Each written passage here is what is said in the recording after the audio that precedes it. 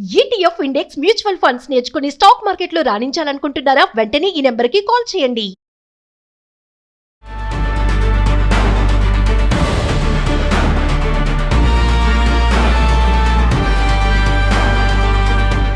Suman TV ప్రేక్షకులకు నమస్కారం. నేను మీ అనలిస్టు మందరి కృష్ణారెడ్డిని మాట్లాడుతున్నాను. భారతదేశంలో బంగారం, వెండి ధరలు బాగా పడిపోతున్నాయా?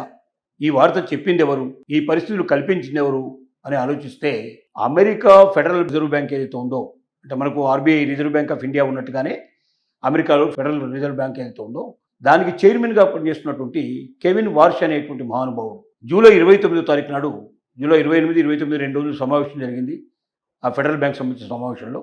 దాంట్లో తీసుకున్న నిర్ణయాలని జూలై 29 రాత్రి అర్ధరాత్రి కెవిన్ వార్ష్ ప్రపంచానికి సోషల్ మీడియా ద్వారా తెలియజేశాడు. ఏమని చెప్పాడు అంటే, మేము ఫెడరల్ బ్యాంకు వడ్డీ రేట్లు ఏవైతే ఉన్నాయో వీటిని మార్చబోవడం లేదు, వీటిని తగ్గించబోవటం లేదు, పెంచబోవడం లేదు కూడా, ప్రజెంట్గా ఇదే రేట్లలో ఉంచుతాం అని చెప్పాడు. మరి అదే రేట్లో ఉన్నప్పుడు మరి బంగారం, వెండి రేటు కూడా అదే రేటు ఉండాలి కదా, ఎందుకు పడిపోతాయి అని ఆలోచించినప్పుడు రిజర్వ్ బ్యాంకు వడ్డీ రేట్లు పెరిగితే ప్రజలంతా ఏం చేస్తారంటే ఎక్కువ మంది గవర్నమెంట్ సంబంధించిన బాండ్లలో పెట్టుకుంటారు, బాండ్స్ రూపంలో పెట్టుకుంటారు. ఎందుకంటే అది చాలా సేఫ్ అయిన ప్లేసు, దాని నుంచి వాళ్ళకు వచ్చే వడ్డీ కూడా చాలా సేఫ్గా 100% పర్ఫెక్ట్గా వస్తుంది, ఎక్కడ నష్టం లేకుండా జరుగుతుంది. ఎప్పుడైతే ప్రజలంతా కూడా గోల్డ్ కొనడం మానేసేసి ఎక్కువ భాగం తమ డబ్బునంతా కూడా బ్యాంకులు నిల్వ చేసుకోవడం ప్రయత్నం చేస్తారో, అంటే ఫారిన్ ఇన్వెస్టర్స్ ఎవరైతే ఉన్నారో, డాలర్ రూపంలో చేసేట్టు వాళ్ళు ఉన్నారో, వాళ్ళకు సంబంధించిన విషయం ఇది. వాళ్ళు కోట్ల రూపాయలు అక్కడ దాచుకునే ప్రయత్నం చేస్తారు, అకౌంట్లలో దాచుకునే ప్రయత్నం చేస్తారు. అప్పుడు ఏమవుతుందంటే మార్కెట్లో బంగారం విలువ ఇంకా పడిపోతుంది, బాగా పడిపోయే అవకాశం ఉంది. ఒకవేళ తగ్గిస్తే ఏమవుతుందంటే, అక్కడ తగ్గితే ఆటోమేటిక్గా గోల్డ్ రేట్ పెరుగుతుంది, ఎక్కువ మంది కొనుక్కునే ప్రయత్నం చేస్తారు. ఎందుకంటే ఎప్పుడైతే వడ్డీ రేట్లు తగ్గిపోయాయో అప్పుడు బ్యాంకు లోపల బాండ్ రూపంలో పెట్టేటి వాళ్ళు తగ్గిపోతారు. వాళ్ళు తమ డబ్బును ఏం చేయాలనుకున్నప్పుడు ఆల్టర్నేటివ్ కనబడింది, బంగారం సేఫెస్ట్ ఇన్వెస్ట్మెంట్ కింద కనబడుతుంది కాబట్టి బంగారం కొనే ప్రయత్నం చేస్తారు. ఇది సహజంగా జరిగే విషయం. మరి ఇప్పుడు అలా బంగారాన్ని సహజంగా కొనే పరిస్థితిలో ఉండేప్పటి నుంచి మరి మనకు ఫెడరల్ బ్యాంకు తీసుకున్న నిర్ణయం ప్రకారంగా వడ్డీ రేట్లు పెరగడం లేదు. వడ్డీ రేటు పెరగకపోయినప్పుడు మరి అదే పరిస్థితిలో ఉండాలి కదా. అంటే ఇక్కడ ఏమొచ్చింది పరిస్థితి అంటే, వడ్డీ రేట్లు పెరుగుతాయనే ఆశతోటి చాలామంది ఉన్నారు, కానీ వడ్డీ రేట్లు పెరగడం లేదు. పెరగనప్పుడు ఏమవుతుందంటే బంగారం రేట్లు, వెండి రేట్ల మీద దాని ప్రభావం కొంత పడే అవకాశం ఉంది. ఇది రేటు తగ్గితే గోల్డ్ విపరీతంగా కొనే ప్రయత్నం జరుగుతుంది, రేటు బాగా పెరుగుతుందనే ఉద్దేశంతో చాలామంది ఏం చేశారంటే కొంతమంది కొనిపెట్టుకున్నారు. కానీ ఫెడరల్ బ్యాంకు తీసుకున్న నిర్ణయం వల్ల, అమెరికాలో ఫెడరల్ బ్యాంకు నిర్ణయం వల్ల వడ్డీ రేటు యథాతథంగా ఉండడం వల్ల గోల్డ్, సిల్వర్ రేటు ప్రపంచవ్యాప్తంగా పడిపోయే అవకాశం ఉంది. అంటే ఇప్పుడున్నటువంటి రేట్లు ఏవైతే ఉన్నాయో అవి మామూలుగా డిపాజిట్ చేసుకోవడానికి అనుగుణంగా ఉండే వాళ్ళంతా అవి డిపాజిట్ చేశారు. వడ్డీ రేట్లు తగ్గితే చాలామంది బ్యాంకుల నుంచి డబ్బు తీసేసి కోట్ల డబ్బులతోటి వాళ్ళు గోల్డ్ కొనే అవకాశం ఉండేది. అప్పుడు వాళ్ళు గోల్డ్ ఎక్కువ కొనడం వల్ల గోల్డ్ లోపల, మార్కెట్ లోపల గోల్డ్ రేటు విపరీతంగా పెరిగిపోయే అవకాశం ఉంది. కానీ ఎప్పుడైతే వడ్డీ రేటు యథాతథంగా ఉంచాడో వాళ్ళెవరు కూడా బయటకు వచ్చి గోల్డ్ మీద ఇన్వెస్ట్ చేయడానికి సిద్ధపడలేదు. గోల్డ్ మీద ఇన్వెస్ట్ చేయడానికి ఎప్పుడైతే సిద్ధపడరో అప్పుడు గోల్డ్ రేట్ ఆటోమేటిక్గా పడిపోయే అవకాశాలు ఏర్పడతాయి. ఇప్పుడు ప్రపంచ మార్కెట్లో పరిస్థితి అదే. కానీ అది ఒక కారణం మాత్రమే. అంటే అమెరికా ఫెడరల్ రేటు తగ్గడం వల్ల గోల్డ్ రేటు పెరిగే అవకాశం, ఫెడరల్ రేటు పెరగడం వల్ల గోల్డ్ రేటు తగ్గే అవకాశం, యథాతథంగా ఉన్న కూడా గోల్డ్ రేటు తగ్గే అవకాశాలు ఉన్నాయనేది ఒక వాస్తవం. కానీ 100% దాని మీదనే ఆధారపడి ఉండదు. పశ్చిమాసియా దేశం సంబంధించిన యుద్ధం కూడా మనం చూస్తున్నాం. యుద్ధం ముగిసిందని ఒక రోజున, రాజీ ప్రయత్నాలు జరిగాయని ఒక రోజున, హార్మూజ్ జలసంధి ఓపెన్ అయిందని మరొక రోజున, ఇలా రకరకాల వార్తలు వస్తున్నాయి. ఈ వార్తలు ఎంతవరకు మనకు నిజం లేదు, తెలియదు మనకు.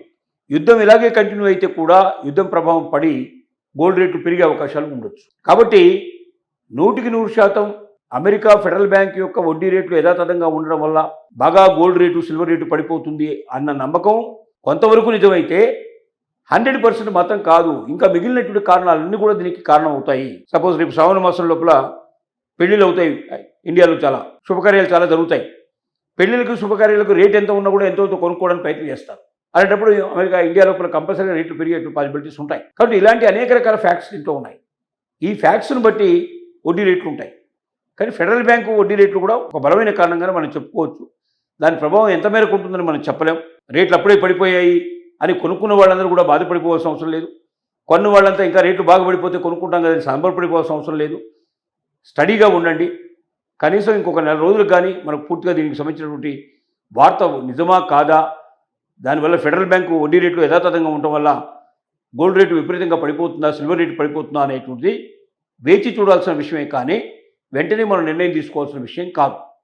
దీనికి ప్రపంచ నిపుణులంతా చెప్తున్నట్టు మాట ఏమిటంటే, గోల్డ్ నిపుణులంతా పెరిగే ఛాన్సెస్ కూడా ఉన్నాయి, పడిపోయే ఛాన్సెస్ కాదు పెరిగే ఛాన్సెస్ కూడా ఉన్నాయి అంటున్నారు. కాబట్టి తొందరపడి కొన్నా తొందరపడి అమ్మినా మీరు బాధపడాల్సిన పరిస్థితులు ఏర్పడుతున్న అవకాశాలు ఉన్నాయి. ఇంకా కొంచెం కాలం వెయిట్ చేయండి. కొంచెం కాలం వెయిట్ చేసి ట్రెండ్ ఎట్లా ఉంటుందో చూసుకున్న తర్వాత కానీ మీరు నిర్ణయానికి రండి. ఇంకొక 2 మాసాలు కాకుండా వెయిట్ చేయాల్సిన అవసరం ఉంది. 2 months లోపల దీనికి ఏదో ఒక రకమైనటువంటి సొల్యూషన్ మనకు దొరికే అవకాశం ఉంది. గోల్డ్ రేట్లు పెరుగుతాయా లేక తగ్గుతాయనే విషయం స్పష్టంగా అర్థమవుతుంది. కాబట్టి ఇప్పుడు తగ్గినా ఇప్పుడు కాస్త పెరిగినా 2027 ఏప్రిల్ నాటికి ఖచ్చితంగా మార్కెట్ లోపల గోల్డ్ రేటు చాలా భారీగా పెరగబోతుందని, అలాగే సిల్వర్ రేటు కూడా బాగా పెరుగుతుందనేది ఒక వాస్తవాన్ని మాత్రం ప్రపంచ నిపుణులంతా కూడా ఒప్పుకుంటున్నారు. కాబట్టి భవిష్యత్తులో పెరిగే అవకాశాలు ఉన్నప్పుడు ఇప్పుడు మన దగ్గర ఉన్నవి అమ్ముకొని మనం బాధపడటం అనవసరం. కొనదలుచుకున్న వాళ్ళు మాత్రం ఇంకొక కొంతకాలం వెయిట్ చేసి తగ్గుతున్న ట్రెండ్ అలాగే ఉంటే ఎంతవరకు తగ్గుతుందో మ్యాక్సిమం వెయిట్ చేసి అక్కడ కొనేసేయండి. లేకపోతే అలాగే పెరిగినట్టయితే కొంచెం పెరుగుతున్న ట్రెండ్ కనబడుతుంది అనుకోండి, మీరు ఇమీడియట్ కొనేయడం ప్రారంభించండి. ఎందుకంటే భవిష్యత్తులో మాత్రం పెరుగుతుంది. ఇప్పుడు పెరిగినా తగ్గినా ఫ్లక్చుయేషన్స్ ఉన్నా ఆ తర్వాత మాత్రం స్థిరంగా పడుతుంది. రోజు పెరగడమే తప్ప తగ్గడం ఉండదు. కాబట్టి భవిష్యత్తు లోపల బంగారం, వెండి ఖచ్చితంగా విలువైన లోహాలు, దానివల్ల వచ్చేటువంటి వడ్డీ కానీ, దానివల్ల వచ్చేటువంటి లాభం కానీ, దానివల్ల ఎన్నో 2 రెట్ల నుంచి 4 రెట్లు, 5 రెట్లు, 6 రెట్లు కూడా ఎక్కువగా లాభాలు వచ్చే అవకాశాలు ఉంటాయి. కాబట్టి ఈ అవకాశాన్ని ఎవరు వదులుకోకూడదని జాగ్రత్తగా స్టడీ చేసి నిర్ణయం తీసుకోమని కోరుతున్నాం.